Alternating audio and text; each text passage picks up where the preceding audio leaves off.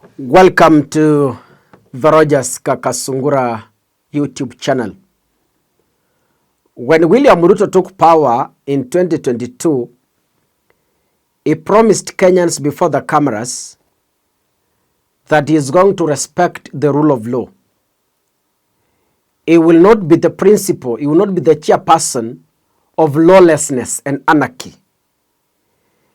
He is on record saying, I could have played his video clip, but most of you tell me we don't want to listen to him. As per your wish. Ruto said he is going to respect independent institutions like the courts. Yesterday, after the Katiba Institute had filed a petition seeking orders to halt the setting up of a quarantine center in Laikipia, the Katiba Institute managed to get those orders. Those orders were given to restrict the setting up, the operationalizing, and even it blocked the Kenyan government and the Ministry of Health from proceeding to even receiving Ebola equipments from the United States.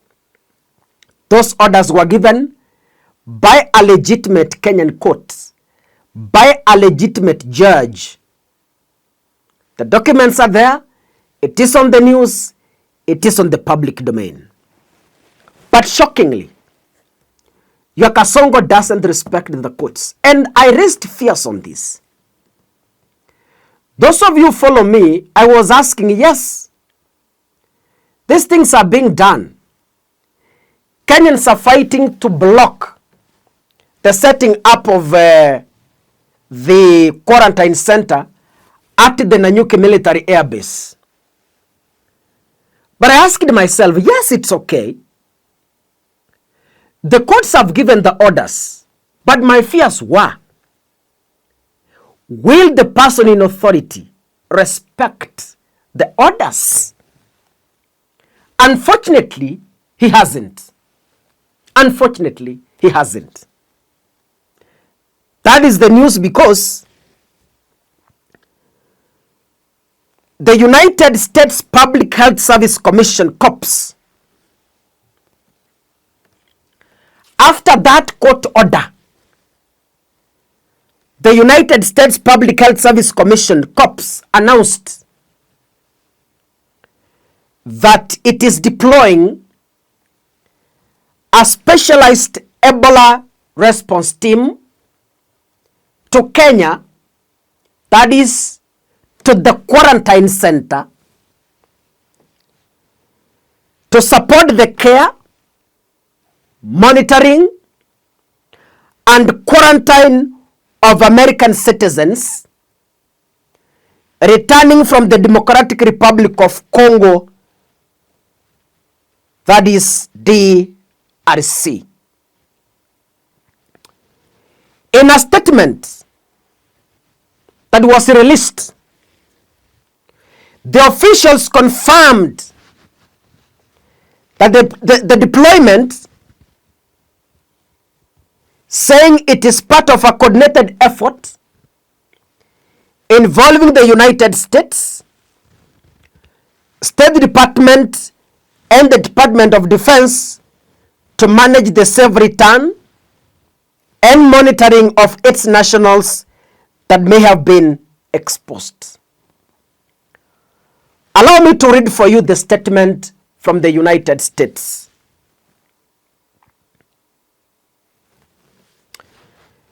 The United States Public Health Service Commission, COPS,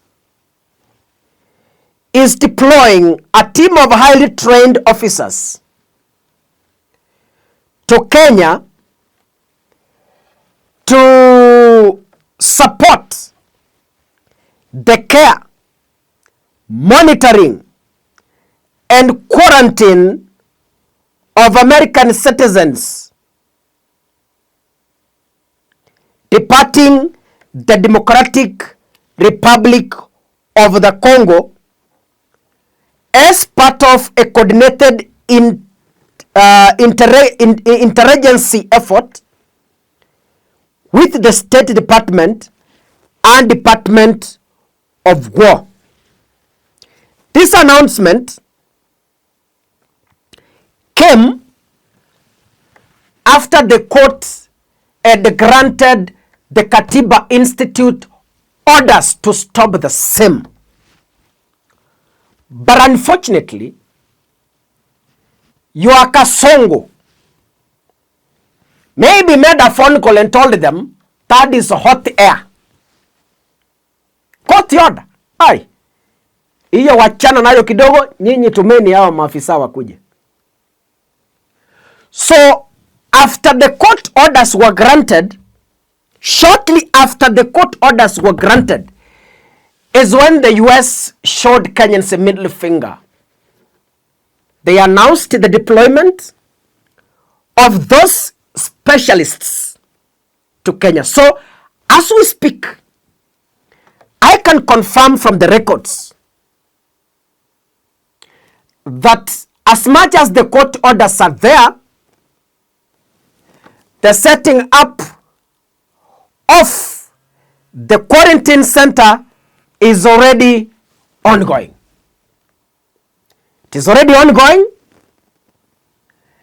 and don't be surprised that even the military choppers from the United States are still there.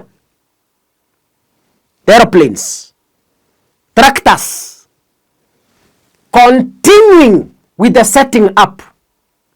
Already, you've heard specialists are on the way. Hata washapanda ndege. They'll be landing either today or tomorrow. So to proceed to where the quarantine center is being set. Ladies and gentlemen, you have a government that, number one, does not respect the rule of law. They normally tell us each and every time that we must follow the law. But themselves, because they think they are above the law, they do not want to respect and honor that law. If they were, they could have respected the orders. If Kasongo was a man who respects independent institutions, he could have told the United States, stop first. The court orders have been given. Let us first sort it before we proceed. But when you see things moving despite the court order, it tells you, Kenya, we have a long way to go. But I know next year is coming when change is calling. Will you be among that change? God bless you. See you in the next episode. Asanteni sana.